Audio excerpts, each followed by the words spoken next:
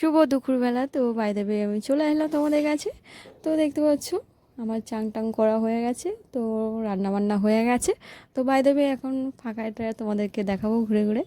কি রোদ দেখতে পাচ্ছ, আর তার সাথে হাওয়াও ছেড়েছে। আর দেখো কাকিমা কাজ করছে, এটা হচ্ছে বড় কাকিমা। তো দেখতে পাচ্ছ রান্না হয়ে গেছে, কাকিমা এখন বাসন মাজছে। তো বাই দ্য ওয়ে ঘুরে ঘুরে ওটা দেখাচ্ছি। তাই কাকিমাকে আমি বলছি কাকিমা ছেড়ে দেবো ভিডিও, তা কাকিমা হাসছে। তো বাই দ্য ওয়ে দেখতে পাচ্ছ আমার জল ভরা হয়ে গেছে গামলায়, সব কাজ একেবারে কমপ্লিট হয়ে গেছে। তো তোমাদের কাছে চলে আসলাম। তা কেমন লাগলো ভিডিওটা, একটা লাইক আর শেয়ার করে দিও। আশা করি খুবই খুবই ভালো লাগছে তোমাদের, আর আমারও তো খুবই ভালো লাগছে। আর কেমন আছো একটু জানাও তোমরা। তো মার তুলসী গাছটা দেখতে পেরেছো আমার দরজার সামনে অনেক বড় হয়ে গেছে।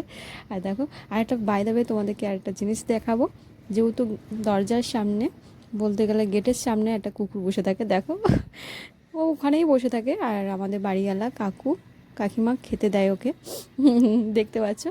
আর ভাইটাও আছে ওখানে, বলতে গেলে বাড়িওয়ালার কাকুর ছেলে বলতে গেলে, উনি খুবই ভালোবাসে এই কুকুরটাকে। তো হঠাৎ দেখি কুকুরটা এসছে, তো পুষে নিয়েছে। আমার এত হাসি লাগছে কি বলবো।